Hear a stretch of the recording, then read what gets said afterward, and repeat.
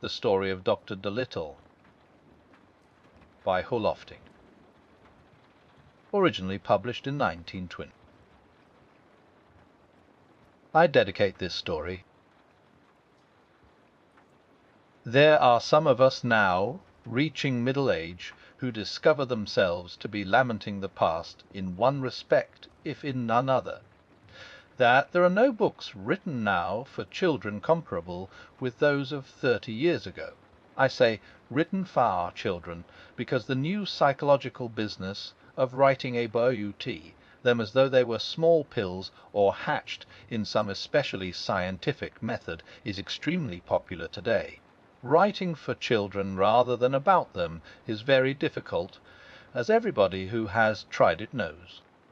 It can only be done, I am convinced, by somebody having a great deal of the child in his own outlook and sensibilities.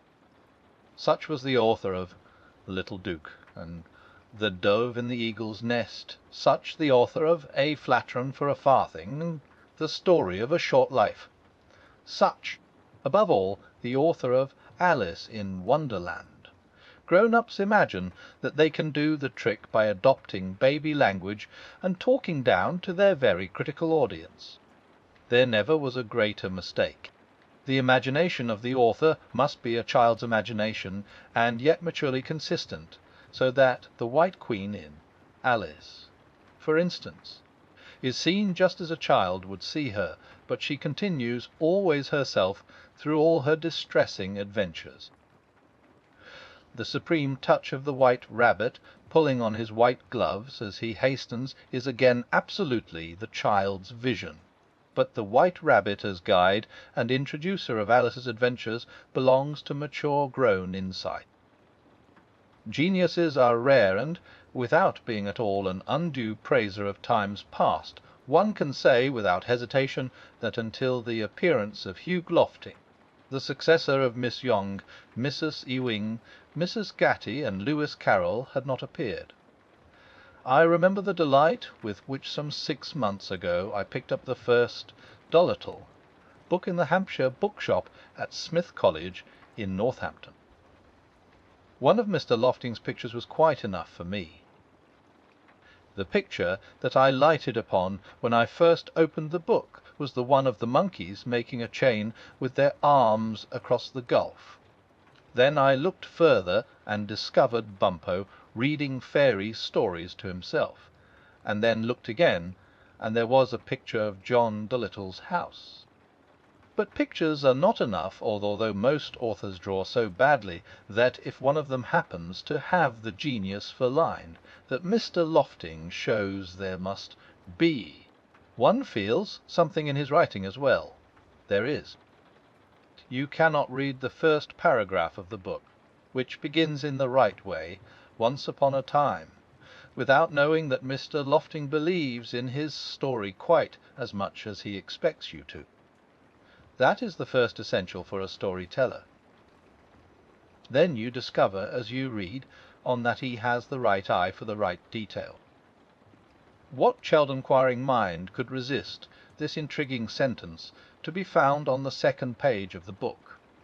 Besides the goldfish in the pond at the bottom of his garden, he had rabbits in the pantry, white mice in his piano, a squirrel in the linen closet, and a hedgehog in the cellar.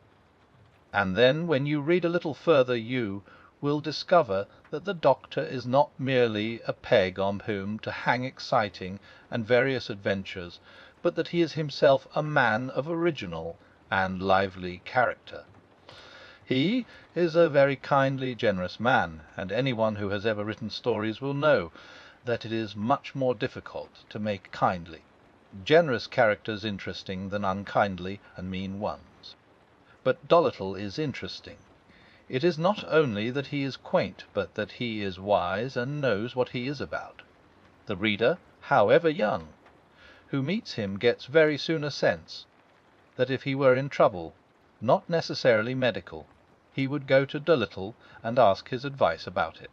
Dolittle seems to extend his hand from the page and grasp that of his reader, and I can see him going down the centuries a kind of Pied Piper with thousands of children at his heels. But not only is he a darling and alive and credible, but his creator has also managed to invest everybody else in the book with the same kind of life.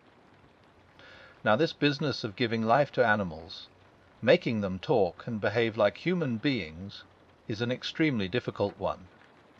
Lewis Carroll absolutely conquered the difficulties, but I am not sure that anyone after him until Hugh Lofting has really managed the trick, even in such a masterpiece as The Wind in the Willows. We are not quite convinced.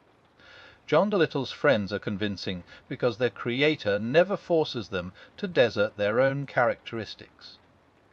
Polynesia, for instance, is natural from first to last. She really does care about the Doctor, but she cares as a bird would care, having always some place to which she is going when her business with her friends is over. And when Mr. Lofting invents fantastic animals, he gives them a kind of credible possibility which is extraordinarily convincing.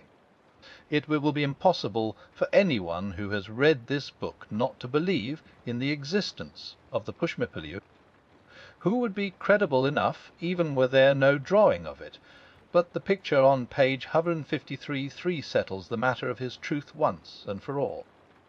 In fact, this book is a work of genius, and, as always with works of genius, it is difficult to analyze the elements that have gone to make it. There is poetry here, and fantasy, and humour, a little pathos, but, above all, a number of creations in whose existence everybody must believe, whether they be children of 4 or old men of 90 or prosperous bankers of 45.